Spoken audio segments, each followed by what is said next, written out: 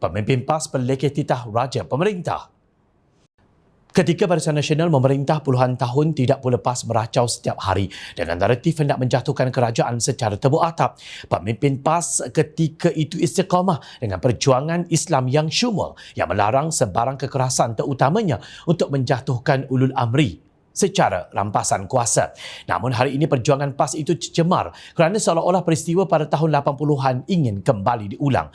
Perdana Menteri Datuk Seri Anwar Ibrahim meminta pemimpin dan Dewan Ulama PAS untuk memperbetulkan beberapa kenyataan dikeluarkan oleh bekas Timbalan Ketua Dewan Ulama PAS Kedah, Syekh Muhammad Zainul Asri Muhammad Romli, yang menyatakan bahawa sesiapa sahaja tidak menyokong PAS adalah musuh Allah. Apakah benar orang tidak bersama dengan PAS adalah musuh Allah? Kalau betul, pasal apa arwah Tok Guru, iaitu Tan Sri Ni Aziz sokong saya dan saya bukan ahli PAS pun? Ini mereka kena jawab, katanya.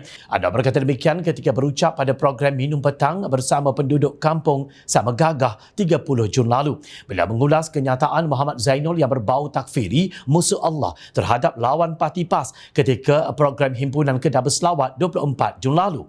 Permohonan mohon maaf beliau bahawa kenyataannya ditujukan kepada kaum Yahudi dan Nasrani tidak masuk akal kerana beliau mahupun Perikatan Nasional atau PAS gagal menjawab soalan berapa ramai daripada golongan tersebut bertanding pada pilihan raya negeri Kedah nanti. Sesudah itu, Menteri Dalam Negeri Datuk Seri Saifuddin Nasution mengingatkan agar pemimpin parti mengelak daripada menggunakan isu sensitif 3R, iaitu bangsa, agama dan institusi diraja ketika kempen pilihan raya negeri. Kenyataan Saifuddin itu selaras dengan titah Sultan Selangor, Sultan Syarafuddin Idris Shah, yang mengingatkan semua pemimpin politik tanpa mengena kaum supaya tidak menggunakan isu agama demi perpaduan dan masa hadapan negara. Sementara itu, Sultan Terengganu Sultan Mizan Zainal Abidin pula menitahkan agar semua calon dan penyokong parti politik berkempen secara sihat, menunjukkan akhlak baik serta tidak membangkitkan isu agama dan kaum pada pilihan raya negeri akan datang. Titah Sultan Syarafuddin dan Sultan Mizan adalah senada dengan harapan yang di-Pertuan Besar Negeri Sembilan Duli Yang Maha Mulia Tuanku Mukhris Ibni Almarhum Tuanku Munawir ketika baginda bertitah selaku pengerusi mesyuarat Majlis Raja-Raja ke-260 yang diadakan di Istana Negara pada 30 November tahun lalu. Baginda menzahirkan harapan agar tiada lagi pemimpin yang membangkitkan isu perkauman atau agama dengan tujuan untuk menghasut masyarakat.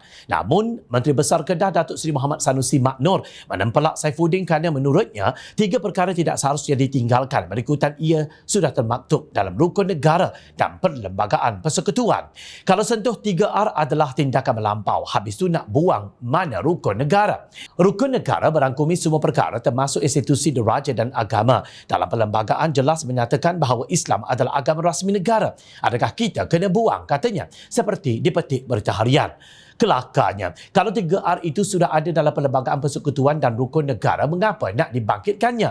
Adakah pemimpin Perikatan Nasional mempertikaikan jaminan terhadap 3R dalam perlembagaan persekutuan? Atau mereka berniat hendak merungkai perlembagaan dan mengubah rukun negara demi menjayakan perjuangan yang menjurus ke arah takfiri ini? Jelas, perbuatan menggunakan isu agama dan kaum dilarang oleh pihak Raja-Raja Melayu yang menjadi ketua agama di negeri masing-masing. Sudah pasti Raja-Raja Melayu bukan anggota mana-mana parti politik termasuk PAS. Adakah PAS nak labelkan mereka juga musuh Islam?